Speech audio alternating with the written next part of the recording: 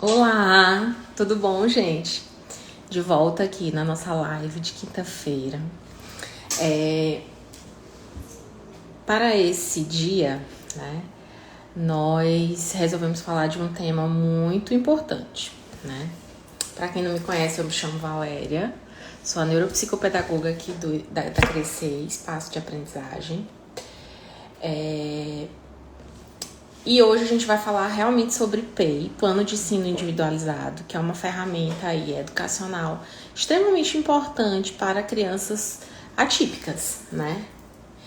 Eu quero que vocês interajam com a gente, né? Que vocês marquem aí as pessoas que vocês acham que precisam participar, que precisam ouvir, porque lá no finalzinho a gente vai separar, claro, um tempinho para tirar as dúvidas, para responder as perguntas.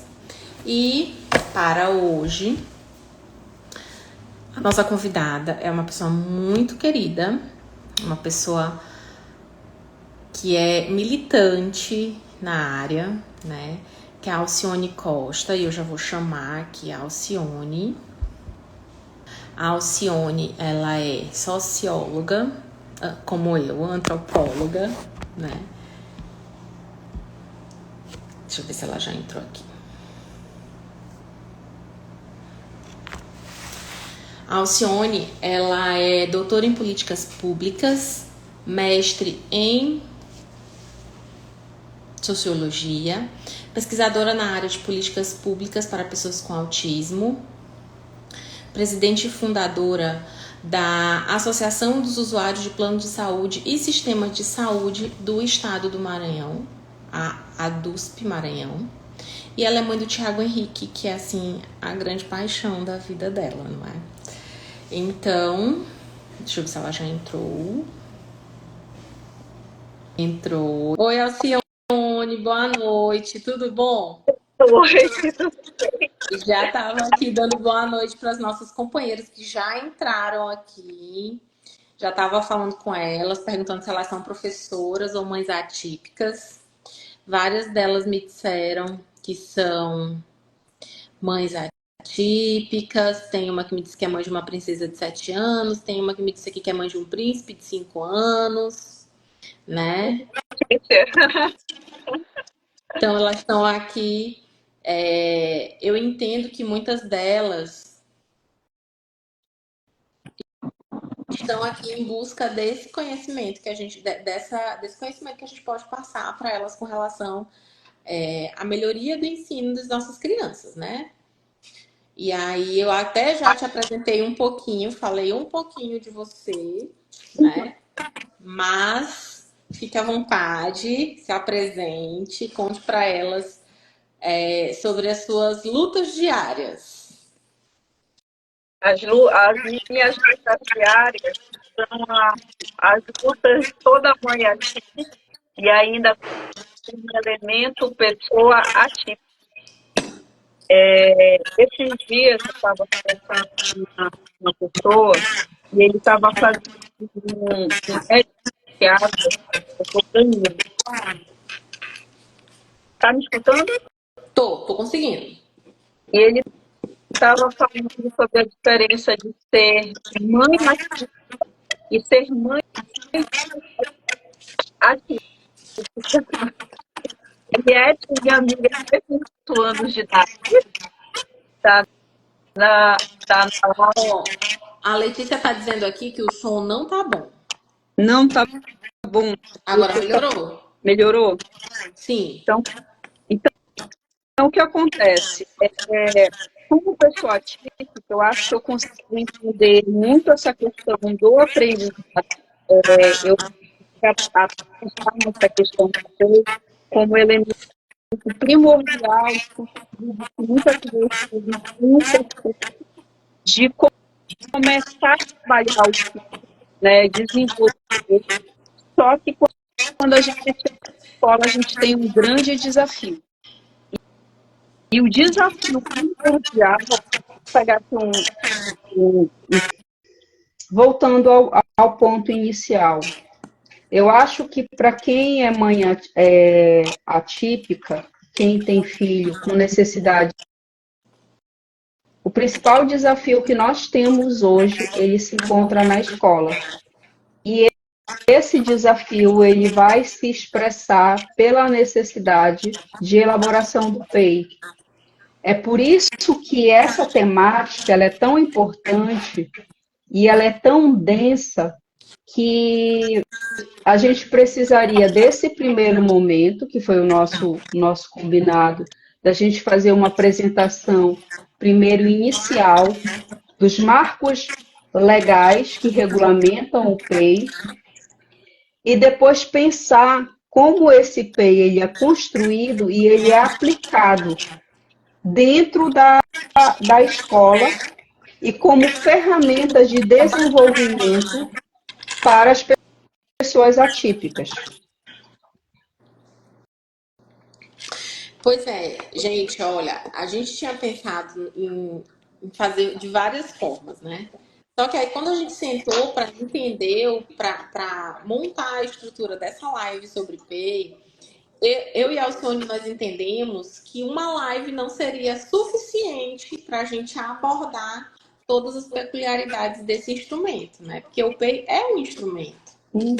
E aí nós optamos por fazer uma série de lives durante esse mês de janeiro, e talvez acho que chegue até a primeira semana de fevereiro, né, Alcione? Sim. Para que vocês consigam tirar as dúvidas de vocês, né? Para que a gente consiga explicar para vocês de fato o que é o PEI, como ele funciona. Pensamos em outras coisas, são projetos aí para frente, mas hoje nós vamos começar a falar sobre o PEI, o que é o PEI e os marcos legais desse instrumento. Que a gente entendeu, a gente conversou muito e entendeu que se vocês entendem o que é o PEI, como ele é importante e a necessidade dele de fato para as instituições de ensino, de educação, e os marcos legais que regulamentam esse instrumento, fica tudo muito mais claro para todo mundo. Porque não adianta a gente simplesmente dizer o que é um PEI e partir para a parte prática, digamos assim, sem que vocês entendam o que ele é de fato e como a gente chegou até ele, a caminhada da lei com relação a isso. Eu acho que nesse sentido a gente já começaria com o primeiro aspecto de definição. O PEI, como a gente já está falando, a tradução dele seria como plano individual de ensino. Desde a matrícula do aluno atípico ou com deficiência, ele já tem direito ao PEI. Então, eu cheguei na escola, eu coloquei lá na observação da matrícula que o meu filho é uma pessoa com deficiência, ele já tem direito a um PEI. Ele é uma normativa obrigatória da escola. Aí, se a escola se recusar a elaborar o PEI, ela está infringindo uma lei. Aí, nesse sentido, qual a importância dele? Ele é um norteador das ações de ensino da escola e das atividades do aluno. E por que ele é para todas as pessoas com deficiência? Vamos pensar, um aluno surdo, um aluno cego ou com baixa visão, uma pessoa que ela tem algum transtorno de aprendizagem, mesmo ela sem diagnóstico, ela vai precisar do PEI. Continua ruim o som, né? Eu vou sair e entrar de novo, tá bom? Só um minutinho. Então, gente, eu vou continuar.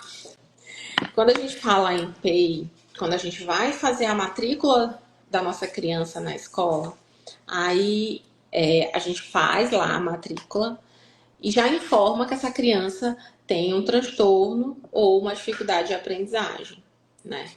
E aí essa criança, a partir desse momento, ela já tem direito a um plano de ensino individualizado. Por quê? Porque é esse plano que vai nortear as ações da escola. de uma forma geral, a escola tem um planejamento. Como é que é esse planejamento? O professor vai lá, o professor da disciplina, ou quando é um professor regente único, ele faz um planejamento ali mensal ou bimestral para a sala de aula. Do mesmo jeito que ele faz um planejamento para um aluno, vocês estão me ouvindo com clareza?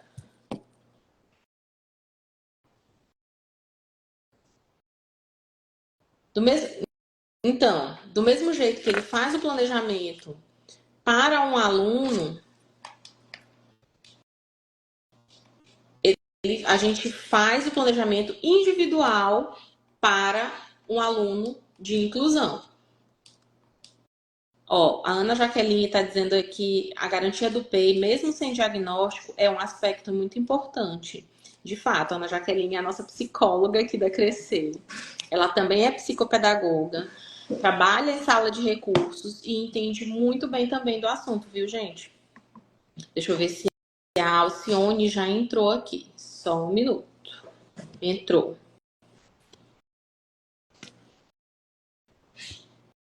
Deixa eu ver se ela conseguiu conectar.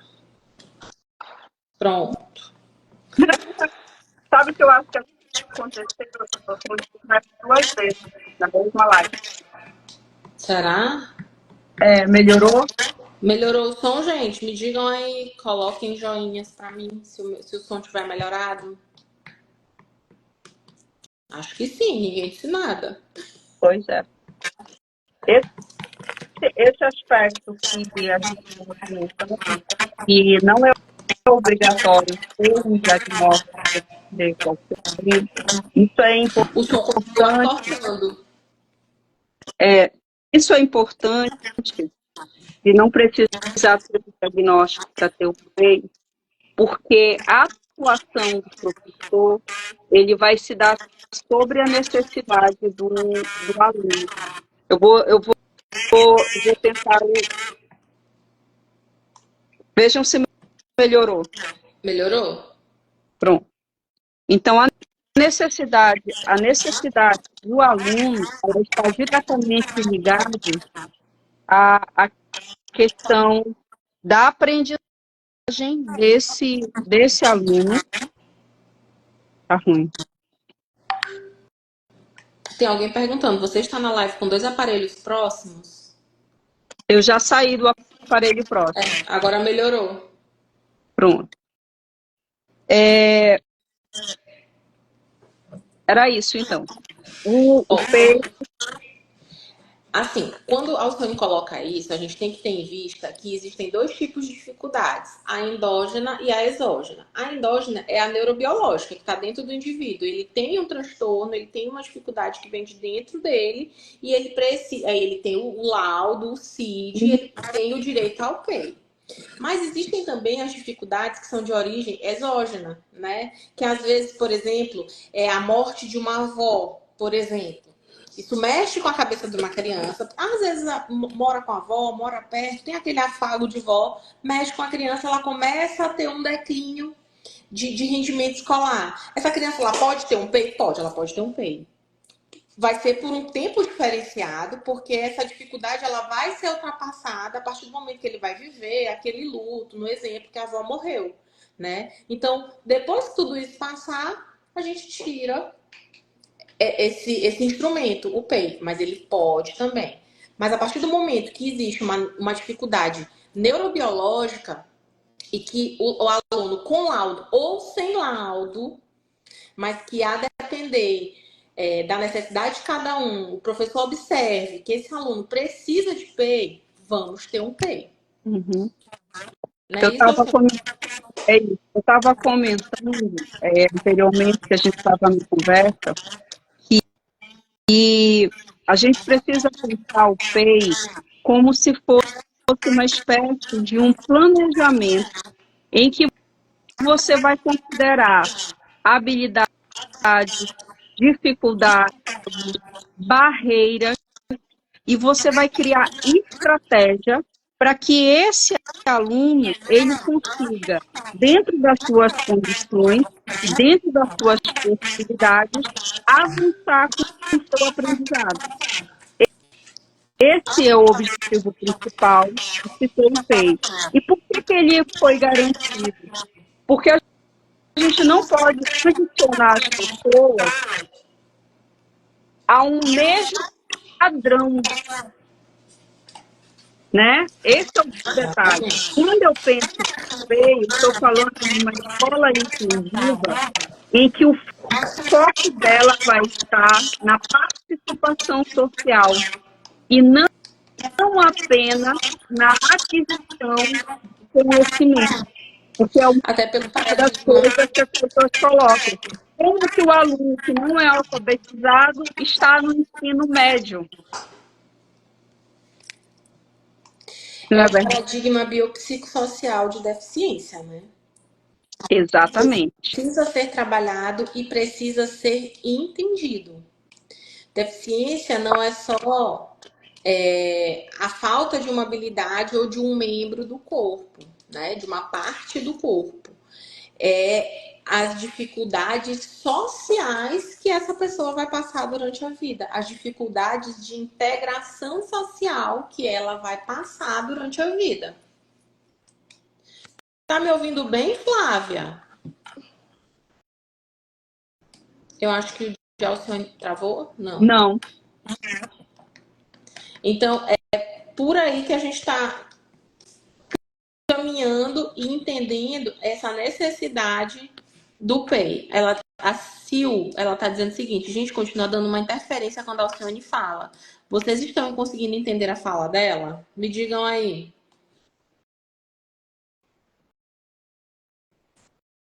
Vamos fazer o que melhorou.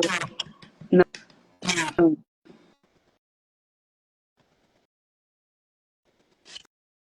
Tá, melhorou. Quando a gente fala em PEI, a gente tem que pensar o seguinte: qual o objetivo da escola e qual a importância da escola para a vida das pessoas. Eu vou fazer uma última tentativa de sair do celular para o computador. Tá. É, quando ela fala, tá ficando com interferência. Vamos. Eu não entendi por que tá ruim. Eu até tô conseguindo entendê-la com muita clareza. Deixa eu responder aqui a Flávia Passinho. Ela perguntou o seguinte: como é feito o PEI para o autista não alfabetizado? Ele está no 9º ano. A gente vai entender quais são as necessidades primeiro. A gente precisa fazer uma avaliação dessa questão da alfabetização, entender quais são as habilidades preditoras que ele tem, as que ele não tem e as que precisam ser trabalhadas. A partir daí, a gente faz um plano traçando metas de curto, médio e longo prazo, para que essas metas sejam alcançadas por esse aluno, certo? E aí a gente vai primeiro trabalhar as habilidades preditoras da alfabetização. Aí, a partir daí, a gente trabalha todos os critérios de alfabetização desse aluno. E aí a gente precisa saber, esse aluno é verbal ou não verbal? Ele tem comprometimento de fala ou ele não tem comprometimento de fala? Ele tem algum comprometimento cognitivo ou ele não tem comprometimento cognitivo? Então, por isso que existe uma avaliação necessária. Alguém está dizendo que eu acho que é algum problema. Existe uma avaliação necessária e bem criteriosa que precisa ser feita para que a gente entenda quais são as reais necessidades desse aluno, o que precisa ser feito e o que precisa ser trabalhado. Ó, fala não funcional, mas ele precisa de alguma forma de comunicação. Mesmo com a fala não funcional, ele consegue se comunicar de alguma forma.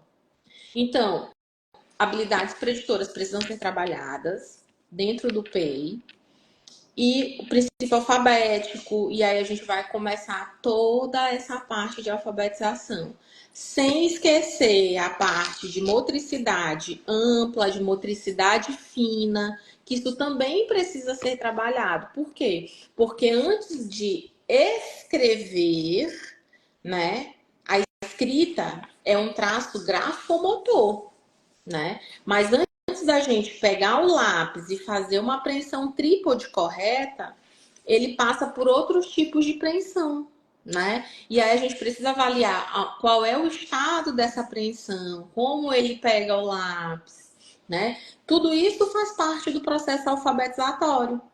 Então a gente vai fazer tudo isso paulatinamente, traçando metas de curto, como eu disse, de curto, médio e longo prazo, para que elas sejam cumpridas. Eu sempre, quando eu estou fazendo formação de professor, algumas pessoas estão me dizendo o seguinte, por exemplo,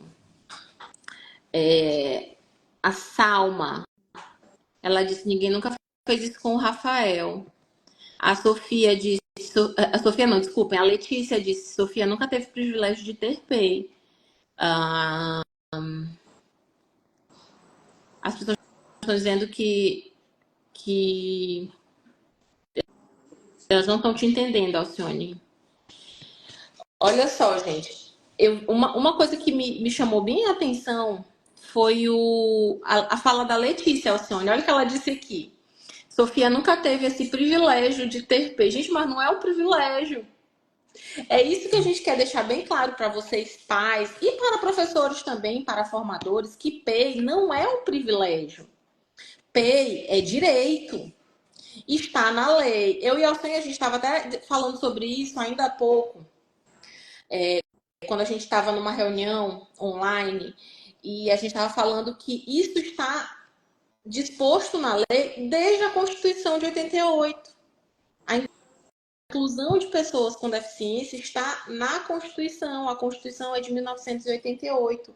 E aí depois, embora a gente tenha sim evoluído de um modelo que segregava as pessoas com deficiência por um modelo inclusivo, que hoje a gente trabalha a educação especial na perspectiva da educação inclusiva. Perfeito. Mas aí depois teve a Declaração de Salamanca, tivemos a da Guatemala, né? No Brasil, especificamente, esse ano, a Lei Brasileira de Inclusão, a LBI, que é a Lei 13, deixa eu só confirmar para eu não dar nenhum número errado para vocês. 13146 de 2015, ela faz 10 anos. E a Lei Brasileira de Inclusão, ela é clara sobre isso. Pessoas com dificuldade ou transtorno de aprendizagem, elas têm direito a fazer um PEI. A ter um PEI. Um plano de ensino individualizado para elas. Né? Depois disso, ou melhor, antes disso, a gente tem a Lei Berenice-Piana. Embora ela seja uma legislação muito, né, Alcione, a gente conversou sobre isso também, ela é de 2012, e a gente entende que ela seja uma legislação muito mais específica para pessoas com transtorno do espectro autista. Mas, sim, ela também fala um pouquinho sobre isso, né? Porque ela é uma lei muito mais geral, ela trabalha vários âmbitos da vida da pessoa com autismo, né? Ela inaugura um aspecto interessante, que é a percepção da deficiência do seu aspecto psicossocial, porque ela não Sim. era considerada dessa forma. Então, ela inaugura um momento importante e cria a perspectiva do suporte humano. E, ao mesmo tempo, e eu acho que isso é importante a gente finalizar, a educação inclusiva, ela é baseada em valores, ela não é baseada em conteúdo, ela é baseada em valores e habilidades. Por isso que quando alguém me perguntou como é que é feito o PEI, como ele é feito, a gente leva em consideração todas as habilidades desse aluno. O que ele já sabe? O que ele precisa saber? Até porque quando a gente fala em educação, quando a gente fala em construção de conhecimento, não é só o conhecimento acadêmico. A gente fala de construção de conhecimento para a vida. O que a gente mais preza Quando a gente fala na inclusão da pessoa com deficiência, a gente preza que essa pessoa tenha autonomia. Então, não é só sentar na cadeira e aprender conteúdo acadêmico. É aprender coisas que melhorem essa perspectiva biopsicossocial e que a pessoa se sinta de fato, não é matricular e manter a matrícula, é proporcionar aprendizagem, né? Melhora do desenvolvimento social, melhora de todos os aspectos da vida como um todo. Porque de uma forma ou de outra, nós, enquanto pessoas, nós aprendemos com modelos, né? Não é diferente para quem não tem deficiência. A gente também aprende com modelos. Por quê? Porque a gente aprende vendo também os outros fazerem. E isso é muito importante. Muitas vezes a gente acha que, já que ele está matriculado na classe regular, ele precisa fazer o mesmo conteúdo que os outros alunos e da mesma forma. Não. Ele está na sala regular porque ele precisa aprender com os pares. Mas a forma de aprender de uma criança com deficiência, uma criança com autismo, uma criança com TEA, ela é muito diferenciada. E a gente precisa levar em consideração todas essas diferenciações, todas essas peculiaridades. Só uma observação. Letícia estava falando, sabemos do ideal, mas por que não acontece? Porque a gente precisa fazer a briga. Educação especial, nós não somos convidados para estar em sala de aula. Os nossos filhos não são bem-vindos nas escolas. Porque se eles fossem bem-vindos, a escola já teria se adaptado para eles. Nós colocamos o nosso filho na educação regular através da luta. Então, é a conquista de um direito. E para isso que a gente está fazendo esse conjunto de lives para que os pais cobrem da gente. E para que vocês saibam cobrar. Para que vocês saibam cobrar. Não é chegar lá e dizer assim, eu quero um PEI. Não. É dizer, olha, o meu filho precisa de um PEI e este PEI é legalmente garantido a ele. A senhora conhece a Lei Brasileira de Inclusão? A senhora conhece o parecer 50 de 2023 que está fresquinho, porque ele foi regulamentado ano passado, em 2024, depois de mais de um ano de tramitação. O parecer 50, gente, ele é um parecer que fala especificamente da inclusão de crianças com transtorno do espectro autista na sala de aula e dá outras providências acerca de quais os tipos de inclusão que precisam ser feitas. Isso aí a Alcione vai falar para vocês. Mas existe também, às vezes a gente diz assim, mas é TEA. Só é TEA, ele precisa de PEI. Existe uma lei, que é a lei 14.254 de 2021, que ela fala sobre a educação inclusiva de crianças com TDAH e dislexia. Por quê? Porque a criança com TDAH e dislexia também tem direito ao PEI. Então, existe uma legislação específica também para isso. Embora o TDAH ainda não seja equiparado a transtorno como o TEA para fins de benefício de BPC e de alguns outros benefícios fiscais, né? Dentro da legislação existe uma lei específica para que esses alunos com TDAH e com dislexia tenham um acompanhamento diferenciado e direcionado, onde está incluído o PEI também. Exatamente. E aí, uma observação importante: me negaram denúncia. Aí vamos fazer denúncia onde? Como entidade, a Dulcima está recebendo, tá, denúncias de pais e de escolas que não estejam fazendo a sua obrigação. Esse é o ponto. Se a gente não se unir, se a gente não cobrar aquilo que é de direito, não vai acontecer. Eu posso dizer para vocês que o meu filho sempre teve PEI. Eu não tenho essa coisa. Sempre teve. Porque eu sou especial? Não. É porque eu cobro. E aí eu vou, apresento. Foi feito por disciplina? Não necessariamente, porque o que acontece? Eu tenho um corpo do peito e ele vai constar a condução de aprendizagem, habilidade, barreiras, avaliação multidimensional do aluno.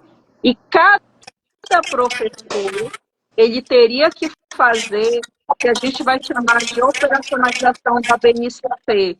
O que é? Sou professora de sociologia. Então, eu faço o PEI do meu aluno de acordo com os objetivos da minha disciplina. E aí, qual é o certo? Eu faço da minha disciplina, professor de matemática faz da dele, professor de geografia da dele, e nós juntamos. Ele não precisa necessariamente. Não entendi. Da forma correta, não entendi.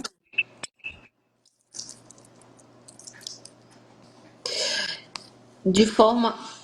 Ele está dizendo que ele não. Que muitas vezes ele é feito, mas ele não é feito da forma correta. Pois, Porque a Flávia passa. Porque a Lívia. Desculpa, a Venúzia disse assim, gente, o PEI é oferecido, mas não é um PEI funcional, é um PEI teórico. mas aí De fato. que está. Cabe ao pai dizer, lembra que o documento coletivo, ele não pode ser aprovado sem a assinatura do pai. Exatamente. Tem que ter a assinatura do pai, a anuência dele, a anuência do terapeuta e da escola. Ele é coletivo. O PEI, ele é feito dentro do ambiente escolar, mas ele não é feito só pela escola. Ah, meu filho é TEA e ele tem uma equipe multi que atende. Ele tem a fono, ele tem a TO, ele tem a terapeuta ABA, ele tem a psicóloga, né? Vamos lá, ele tem essas 4 especialidades que o atendem. E aí o que acontece? Quando a gente vai fazer o PEI, esses 4 profissionais não só vão entregar relatórios atualizados semestralmente, como eles vão estar dentro do ambiente escolar para colaborar com a construção desse PEI. E aí, onde é que está o pai e a mãe desta criança? Estão dentro da escola também, colaborando para a construção desse PEI. Quando essa construção é concluída, todo mundo assina. Não só a escola, como os professores, os terapeutas e os pais. Todo mundo leva sua cópia. E os pais, é importante que vocês, pais, conheçam esse processo. Para quê? Para que vocês consigam cobrar a escola. Porque cadê as minhas metas de curto prazo? Elas foram cumpridas? Por que elas não foram cumpridas? O que a gente vai melhorar? Porque não adianta a gente fazer uma meta de médio e longo prazo que a gente só vai ter a metade do semestre, a metade do ano letivo para verificar. E aí, na outra metade, eu não vou ter como corrigir, né? Então, assim, metas de curto prazo existem para isso. Se essa metodologia bem aqui não está dando certo em 1 mês, em 2 meses no máximo, eu vou corrigir. Para que a minha meta de médio e longo prazo ela consiga acontecer. Agora, a gente tem que ter metas possíveis, cabíveis. E quem é que vai te dizer que essa meta é possível e essa meta é cabível? É o terapeuta. É o terapeuta que lida com essa criança diariamente no contraturno, na clínica, que vai te dizer: não, professora, essa meta aqui é possível. Então, cheque nessa meta. Essa meta aqui, professora, ela não é possível. Então, vamos tirar ela de meta de curto prazo, colocar ela para médio prazo, ou talvez para longo prazo. E os pais estão ali, olhando, vendo se isso está acontecendo de verdade. Gente, dá trabalho? Dá. É impossível? Não. Não é impossível. A Jaqueline está aqui na live, ela sabe. Nós somos professoras de sala de recursos, eu sou professora de sala de recursos, Jaqueline também, ela é minha parceira na sala de recursos. E no começo é muito mais difícil. Depois vai ficando mais fácil, porque as pessoas começam a tomar mais gosto por isso. Os pais, vocês vão entender melhor. Resumindo, em um único documento pelo psicopedagogo. Gente, isso não é responsabilidade só do psicopedagogo, tá? Nem do neuropsicopedagogo. Isso é responsabilidade de todo o corpo escolar. Inclusive, eu costumo dizer que quando a escola é uma escola realmente inclusiva, até o porteiro recebe treinamento, porque o porteiro tem que saber como acolher aquela criança. Porque às vezes uma falta de tato do porteiro ou da moça da cantina ou da tia da recepção faz com que essa criança desorganize e aí ela passa muitas vezes o resto da manhã sem render adequadamente. Então, o PEI, ele é um instrumento que toda a comunidade escolar tem acesso, para que as metas, ao final do ano letivo, elas sejam, de fato, conquistadas. A assinatura do PEI, da Start, ou melhor, a assinatura do pai, da Start ao PEI, na verdade, o que dá Start ao PEI é sentar com a escola e começar essa construção, porque a gente não constrói do dia para a noite, né? Demora um tempinho. Então, o que dá Start ao PEI é a capacitação continuada, a formação continuada, é sentar para construir esse documento. Eu acho que o que ela quis perguntar é no sentido de iniciar, depois que o pai concorda, podemos aplicar. Isso, é por Eu, a- aí. eu, a- eu acho, eu acho que é esse papel de importância e de empoderamento as famílias têm. E é importante a gente se colocar nesse lugar, gente. Nós temos um papel fundamental. A Letícia colocou uma outra coisa que ela disse: a maioria dos PEIs são feitos apenas pelo professor da sala regular e que não entende nada sobre o assunto. E é justamente por isso que o PEI ele não é uma construção solo, ele é uma construção contínua. Ele é uma construção a várias mãos, inclusive a família, né? O professor da sala regular, quando a gente trata aqui da educação infantil, que tem um professor regente normalmente e tem os auxiliares, esse professor ele é o responsável pela aquisição de conhecimento daquele aluno. Então, sim, ele tem que conhecer muito, né? Ele tem que estudar sempre. E é por isso que nesses casos a gente fala do tutor, do apoio pedagógico, mas isso são outras águas que ainda iremos mergulhar, né, Alcione? Mas ainda assim, mesmo com o tutor, com o apoio pedagógico ou com as auxiliares de turma, o responsável pela aquisição do conhecimento do aluno é o professor regente. Então, ele precisa conhecer, ele precisa saber. A maioria dos PEIs. A escola toda tem que saber, todos, exatamente, Letícia. Esse seria o atendimento dos sonhos. Na verdade, ele é um atendimento possível. Agora só uma observação. A presença do psicopedagogo, ela é obrigatória na educação especial. Sim. Porque ele é o especialista na área. Exatamente. Então, essa coisa de estar só o professor de sala de aula fazendo bem errado, é ilegal. Ele não tem como não ter um especialista. O especialista em educação especial. tá? As escolas deveriam ter treinamento para saber como acolher as condições dos nossos filhos.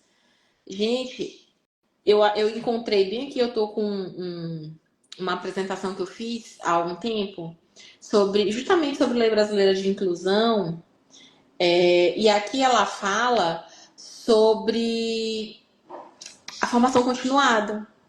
Formação continuada é uma exigência da própria lei, tá? Os professores têm que ter formação continuada. Eu vou encontrar bem aqui e vou dizer para vocês exatamente onde é que tá. Tá bem aqui, ó, no artigo 28, inciso 10. Adoção de práticas pedagógicas inclusivas pelos programas de formação inicial e continuada de professores e oferta de formação continuada para o atendimento educacional especializado. Então, assim, os professores, eles têm obrigação de estar em formação continuada. E a escola tem obrigação de oferecer essa formação continuada para os professores para que eles consigam atingir esses níveis de excelência no serviço, tá? A família e a escola, ok. E para Só uma uma criança. observação.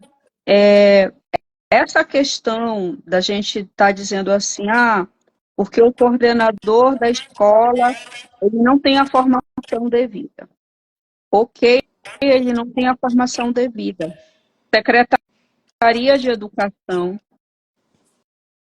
Secretaria da Pessoa com Deficiência, Ministério Público, Defensoria Pública.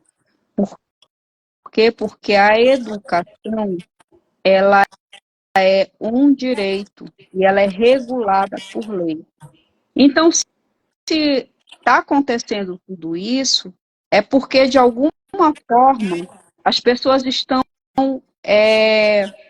fazendo com o nosso consentimento, com o nosso ato de o meu filho tá tendo problema na escola, eu tiro ele da escola, porque é melhor trocar de escola do que eu Resolver o brigar problema. com ela. Infelizmente, é isso que acontece. E essa escola nunca muda, porque eu também entendo que é desgastante essa briga com a escola. É por isso que a associação ela vem com esse horizonte de receber denúncia, de que mesmo que você tire o seu filho da escola, a denúncia esteja lá para uma fiscalização. E detalhe, se for escola particular, ela entra com o vício da prestação de serviço ou precariedade de prestação de serviço. Que aí a gente entra na Então, é um esfera do outro direito do elemento que consumidor. é.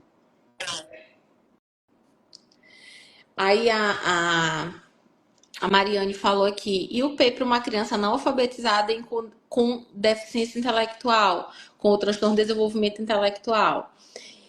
De uma forma geral, ele é um PEI como todos os outros, só que a gente vai levar em consideração as especificidades da criança. É por isso que ele é um plano de ensino individualizado.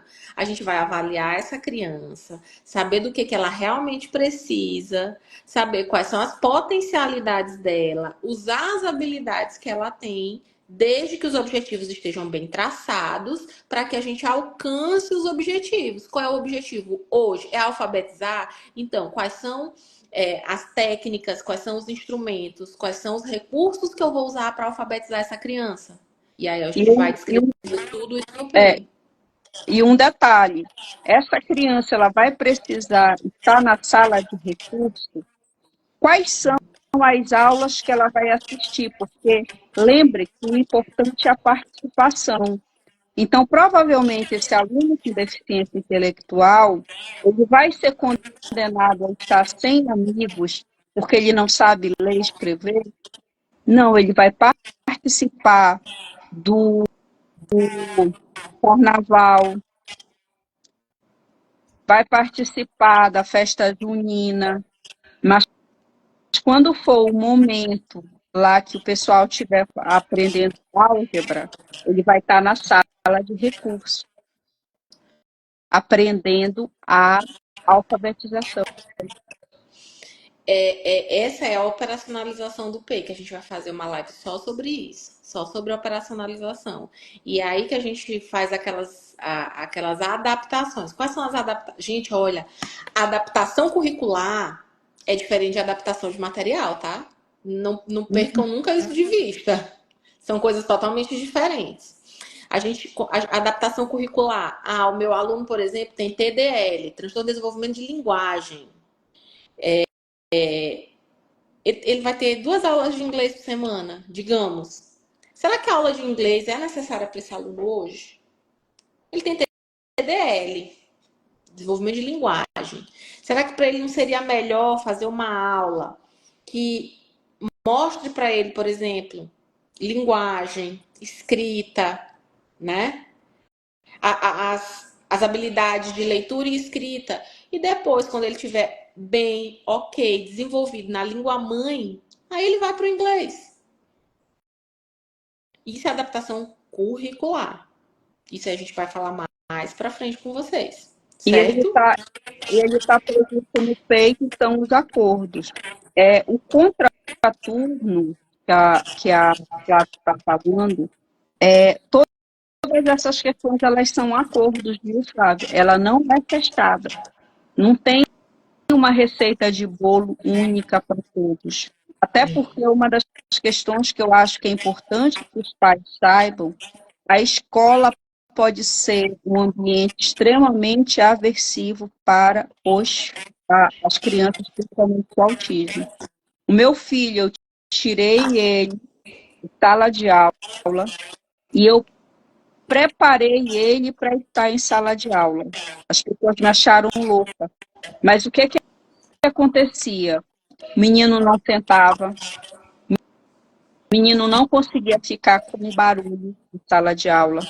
Então, ele teve que ter alguns pré-requisitos trabalhados à parte para que eles fossem inseridos em sala de aula.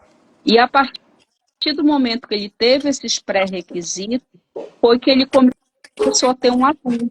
É por isso que a avaliação multidimensional e numa perspectiva psicopedagógica ela é extremamente importante. Então, o PEI ele vai estar numa interseção entre saúde e educação. Ele não está num lugar isolado, porque ele tem como fazer a distinção entre o organismo dessa criança, que muitas vezes é desregulado, com a condição dela de aprendizagem. Porque para aprender, nós precisamos de todos os nossos sentidos. Inclusive, ainda há pouco eu estava conversando e eu simplesmente piro quando vejo uma tabela, porque eu tenho dificuldade que baralha na minha cabeça. Né? Então, eu sou uma pessoa que, no meu aprendizado, eu não vou utilizar algumas coisas. Isso foi a minha vida toda. Por exemplo, tudo que tem linha, eu tenho que colocar uma regra para eu conseguir ler, porque senão embaralha. Então, isso teria que estar previsto, por exemplo, no texto que eu vou fazer, ou então uma disciplina, por exemplo, como estatística, se eu tivesse que manusear uma tabela, ele teria que ser retirado. E aí nós estamos falando de uma questão sensorial. Uma questão sensorial.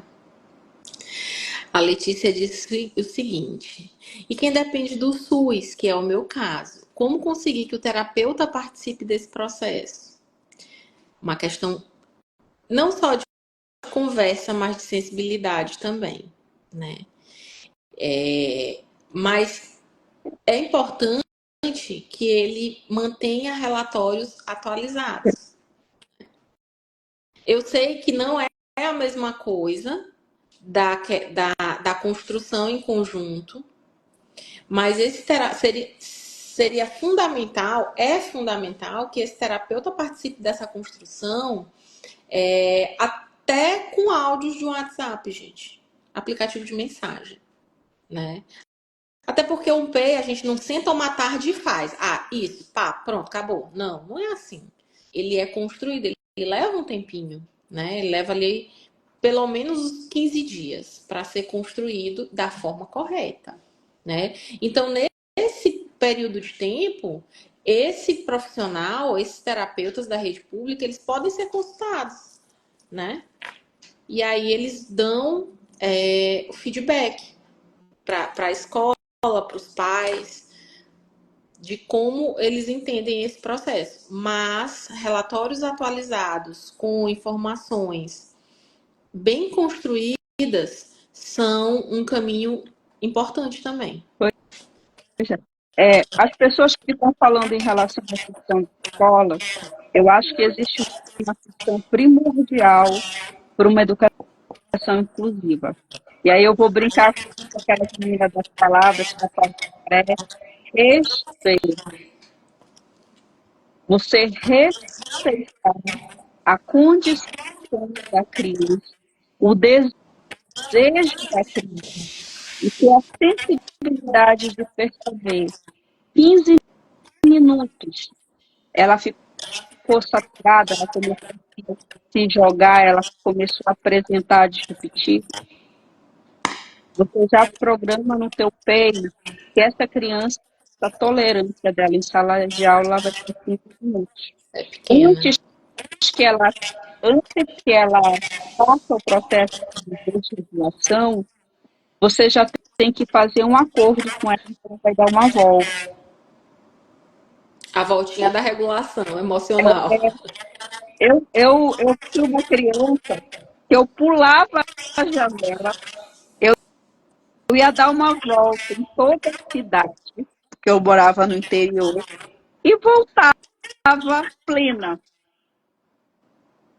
E o legal era que os professores respeitavam e entendiam isso.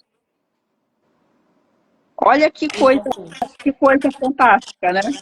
E eu consegui aprender, mas eu precisava desse momento de sair. O famoso, eu vou lá beber água, eu vou dar uma volta no corredor.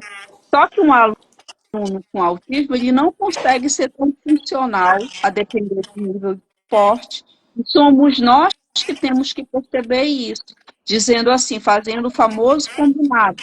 Se eu sei que o meu filho, ele precisa de um planejamento, e isso tem que estar no PEI, a gente vai orientar lá na avaliação, na anamnese, dizer assim, olha, o aluno João, ele vai assistir tais disciplinas, mas ele vai ter o tempo de tolerância X. Depois ele tem que ir para um espaço de regulação. Aí você vai percebendo que a coisa vai fluindo, que ela vai acontecendo naturalmente. Ou seja, é o respeito ao tempo e à condição daquela pessoa. Isso. E chega um momento que eles já fazem isso de uma forma muito mais intuitiva, e aí, com o passar dos dias e das horas em sala de aula, eles passam a não ter tanta necessidade. Eles começam a entender aquele ambiente como uma coisa positiva e ficam lá sem nenhum problema. As voltinhas, elas vão diminuindo. Exatamente. A Maiara perguntou a partir de qual idade ou ano que é obrigatório o PEI. Entrou na escola, pode ter PEI. Até porque existe um planejamento de quais habilidades. Ah, mas meu filho está no comecinho da educação infantil, ele ainda não vai começar a ler, mas ele vai começar a aprender habilidades.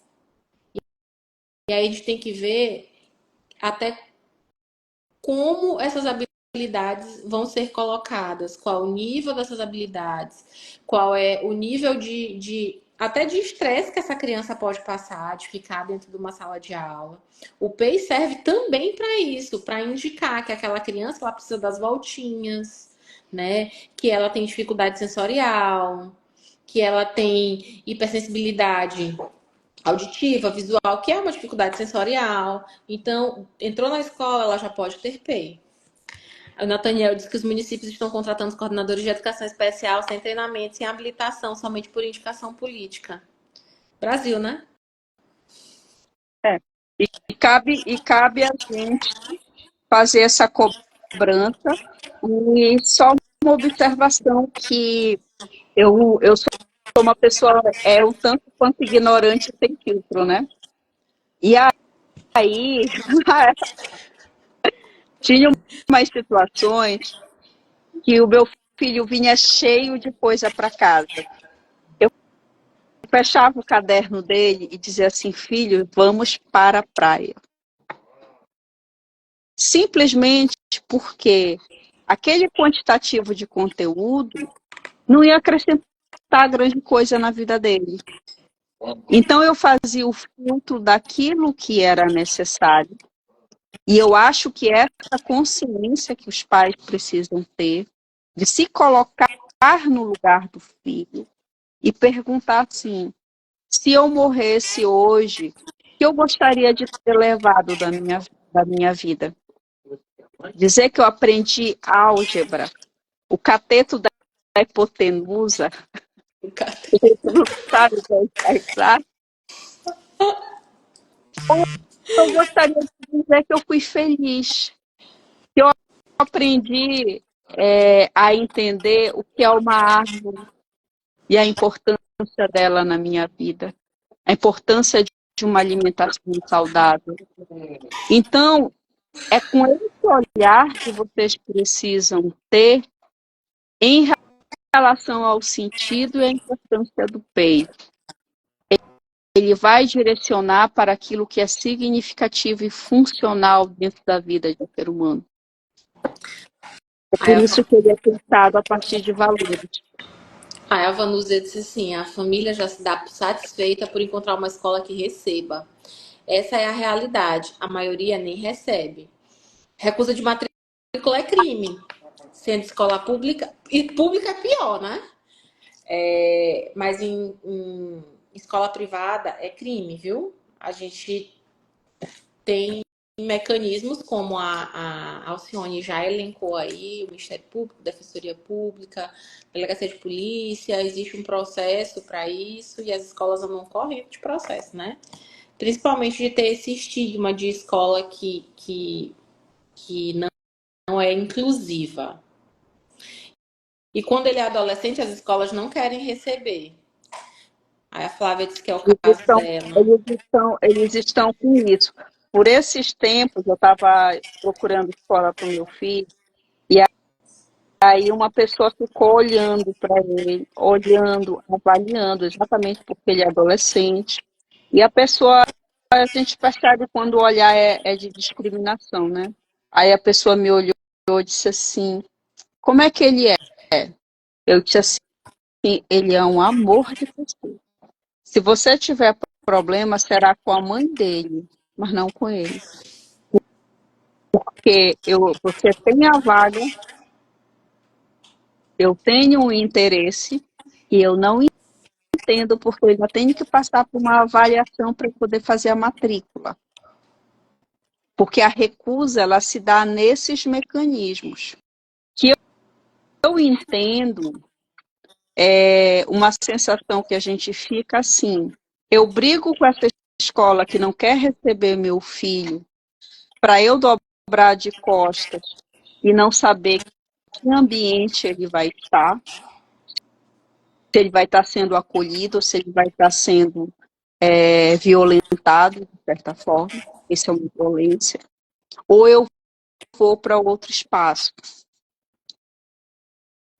Então, é esse o ponto, vamos dizer assim, de uma virada ética que está posto para cada um de nós enquanto pai, porque se não houver a relação desse ativismo dentro de nós vamos ser aqueles que sempre vamos estar cedendo o lugar para alguém.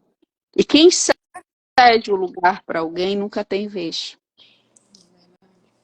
Então a gente precisa fazer esse movimento de luta que, de um lado, é obrigar, mas o outro lado treinar. Então, eu sempre vou fazendo as duas ofertas, é a mão que bate e a mão que assopra.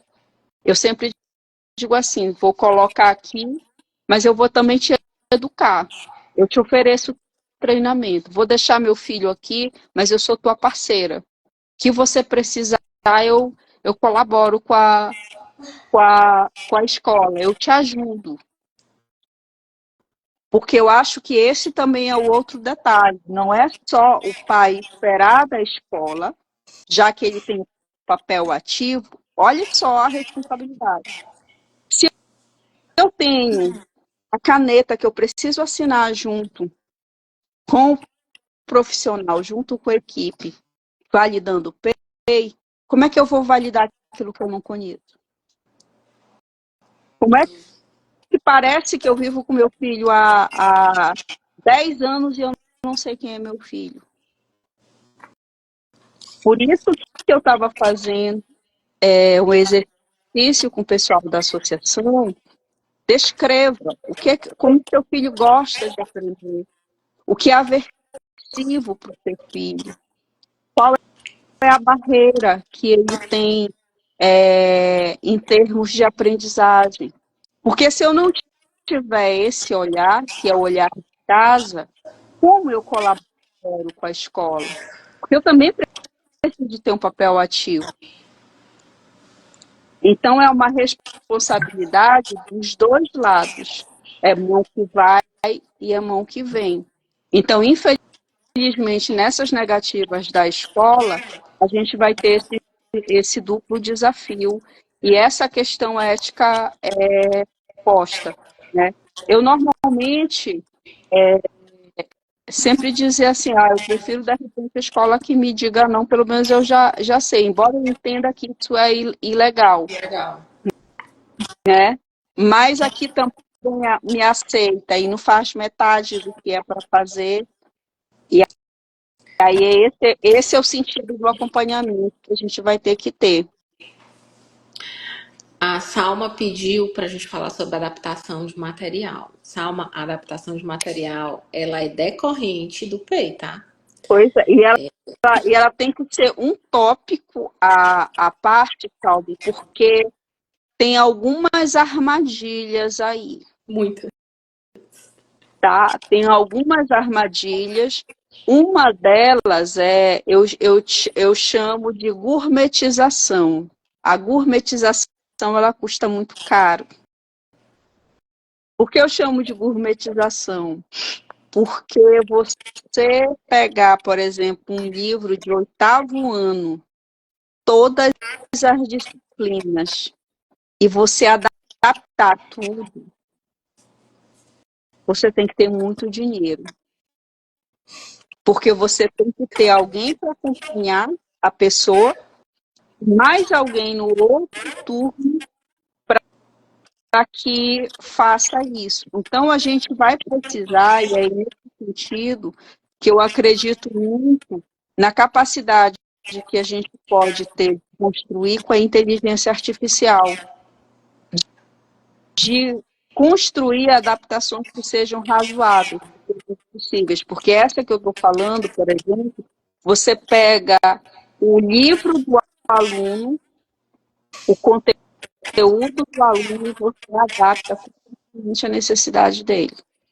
Esse é o elemento mais difícil, mais trabalhoso. Agora, uma coisa, é eu fazer um material em que esse aluno, em alguns momentos, ele vai estar fazendo a atividade ligada a um nível de aprendizado dele, por exemplo, o aluno que está sendo alfabetizado, e aí ele vai estar trabalhando lá com motricidade, e em alguns momentos ele está participando, por exemplo, com gravura, com imagens de uma discussão que a turma está participando de outra forma. Isso é uma coisa, isso também é uma adaptação. Por isso que acho que a gente precisa de uma live só para isso, né? porque não tem como a gente esgotar. O PEI, ele funciona como se fosse uma política educacional. Ele é uma escola dentro de outra escola.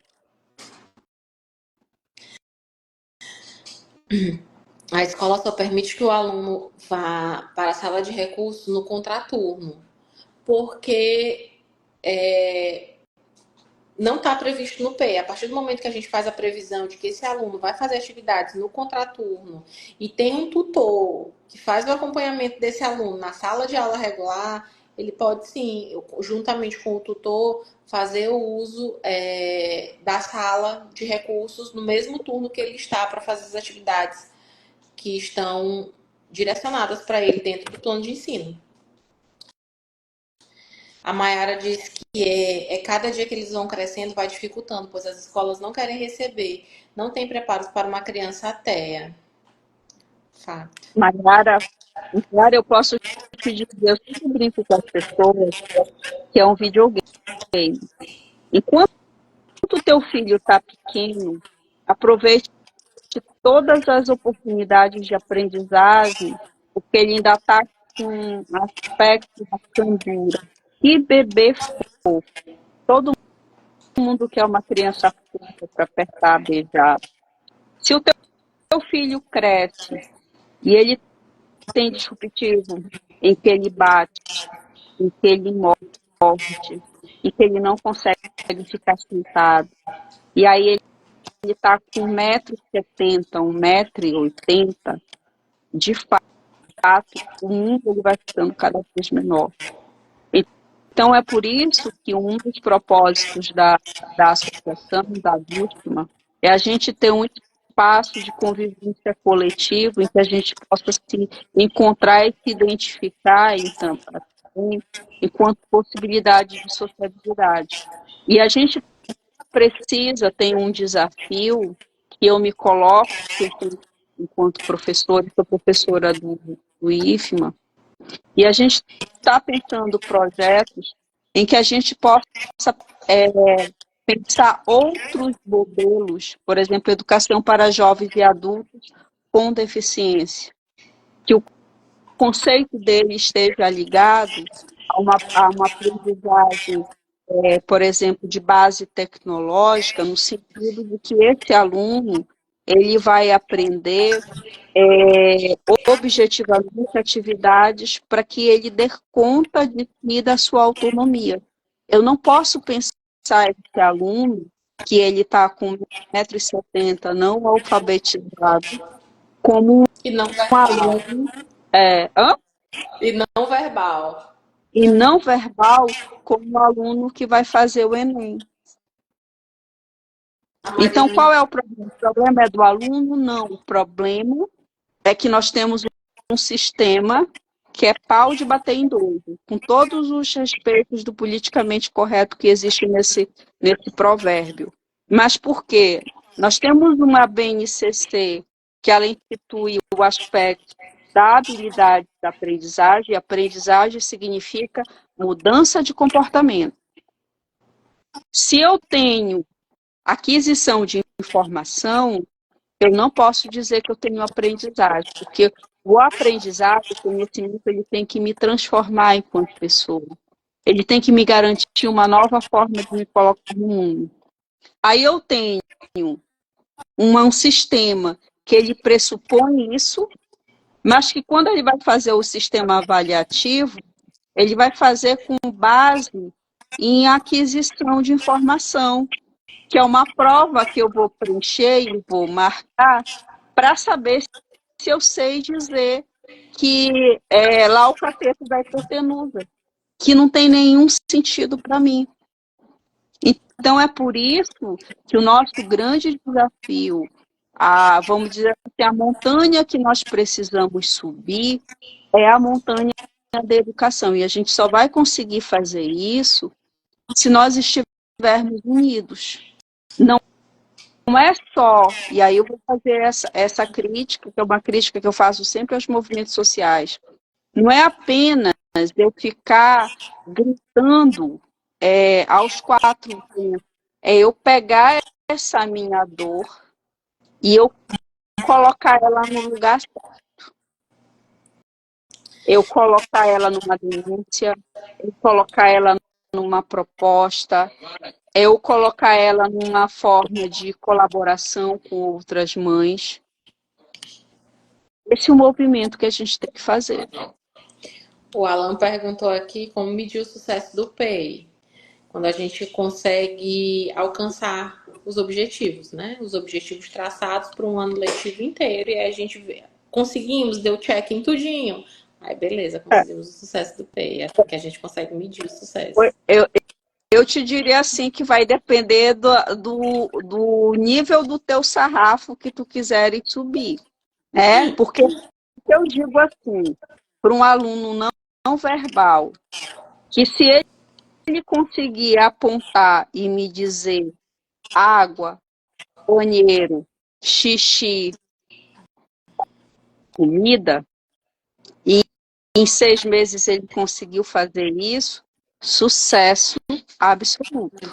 Agora, se eu disser que em 6 meses ele vai estar escrevendo um nome, ele vai estar declamando poema, ele vai ser mal sucedido, né? A Flávia está perguntando aqui, onde eu encontro um modelo de PEI bem feito? E Flávia, o modelo de PEI bem feito depende de... Qualquer modelo é bem feito. Desde que você saiba fazer.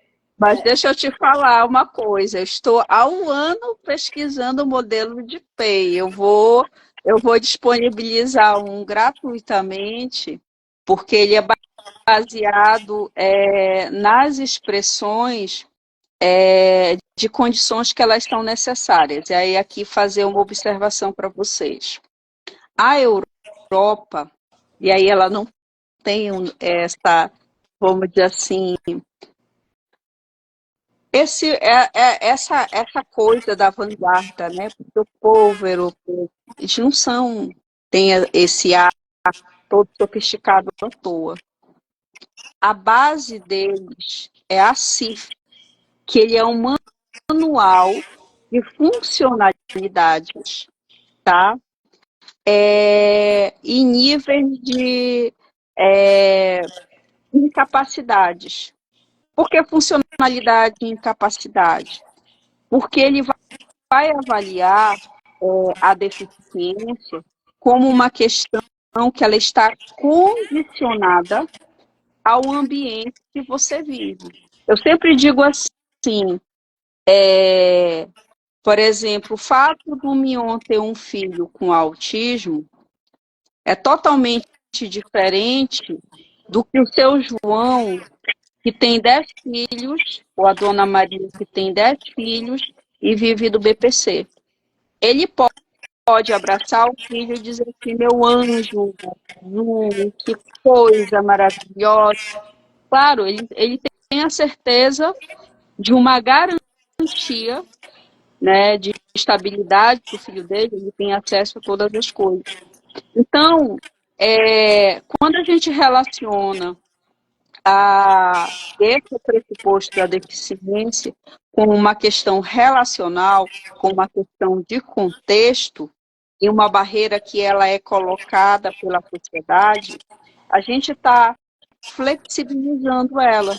Então, vamos supor, uma pessoa que ela tenha uma deficiência, como no caso, uma deficiência intelectual, mas ela tem um esforço dentro de sala de aula, ela tem um PEI adequado, ela tem todo um suporte tecnológico, ela consegue se desenvolver. Então, é por isso que a CIF ela vai ser utilizada. Ela é como se fosse uma Bíblia, em que ela analisa todas as funções em termos de incapacidade e em termos de funcionalidade. Porque ela está buscando primordialmente um nível de participação social. Aí o que a CIF faz? Ela pode ser usada tanto na área de saúde quanto na área educacional.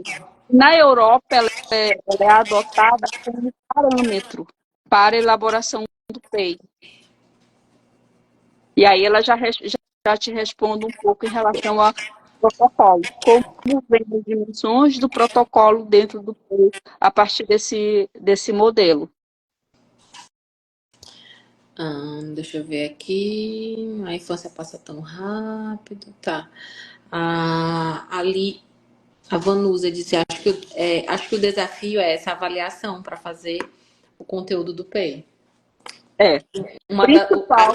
A grande sacada do PEI é fazer uma avaliação robusta, levando em consideração todos os aspectos que precisam ser avaliados, né? Aí, nesse sentido, eu ressuscito o bom e velho Marx.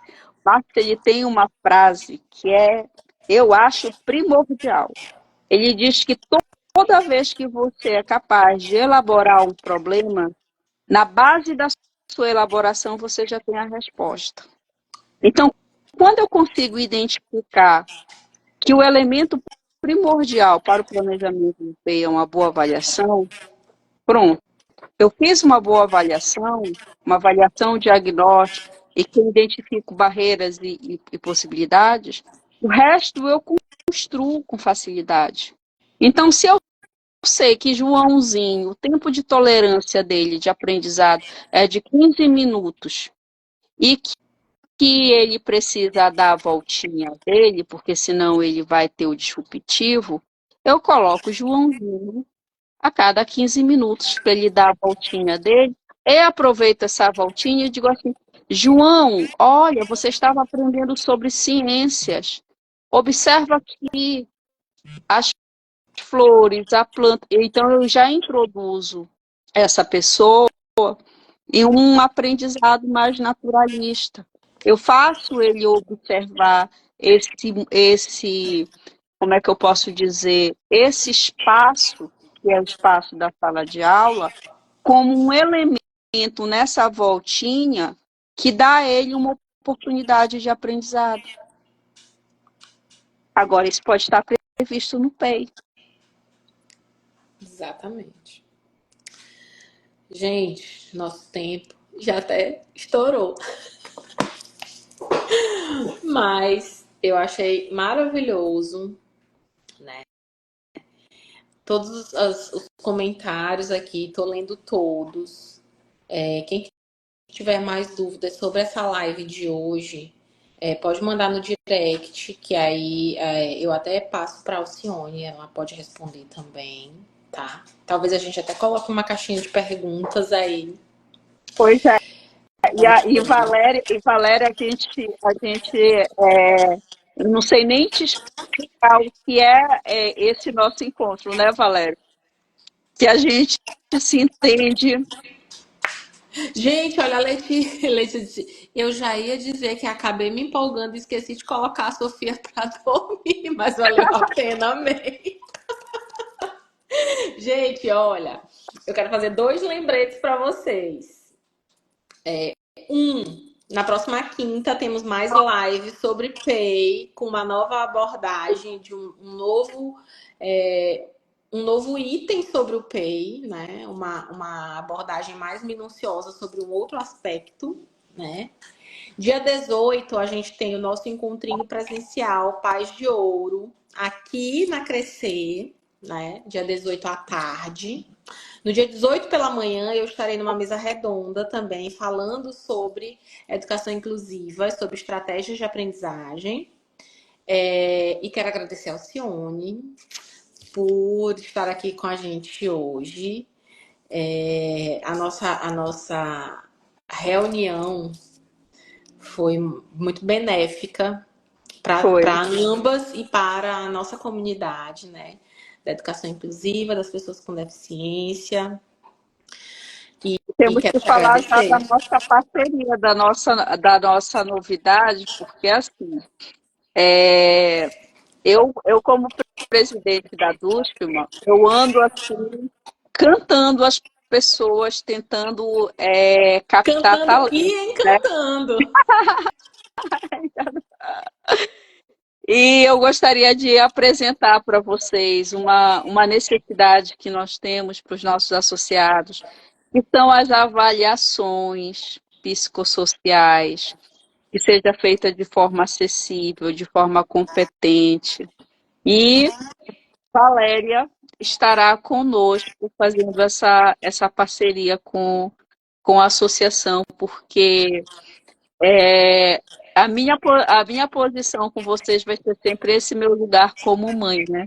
Que pensa no que é melhor e do que é necessário para os filhos. E é dessa forma que a gente vai construindo um mundo melhor, né? A Ó, gente já começa. conseguimos. Gente, eu até tirei aqui o negócio do lugar. Olha só, só respondendo. Letícia, claro que pode vir para o encontrinho presencial. Eu posso estar enganada. Pode até me cobrar no direct. Eu não sei se tá na bio, mas tem o formuláriozinho de inscrição, tá? Porque a gente vai fazer um lanchinho para vocês. Então a gente tem que ter uma média ali de pessoas. A Eva, ela disse assim: gostei muito, adquiri um ponto de vista sobre a urgência do desenvolvimento na fase infantil. Bom, objetivos sendo alcançados, né, Alcione? Sim. Tocar pessoas para essa urgência do desenvolvimento é extremamente importante e é um dos nossos objetivos, né? Só fazer uma observação. A gente tem que agradecer Paloma, né, que é a Paloma, responsável por isso, pelo nosso encontro. E a nossa regra é Paloma que lute. Paloma que Porque, lute. Nos reuniu agora, dê conta. dê conta, ela diz assim, como é que nós vamos nos organizar para tentar fazer alguma coisa bem feita? Não sabemos. Paloma que lute. As ideias nós temos muitas. A Flávia perguntou: vai ter passo a passo para a construção do PEI? Gente, sobre isso, eu e a Alcione já estamos pensando, inclusive, em fazer uma imersão, tá? Sobre essas questões aí. Já pensamos em podcast, temos muitas ideias. Paloma, você que lute, tá?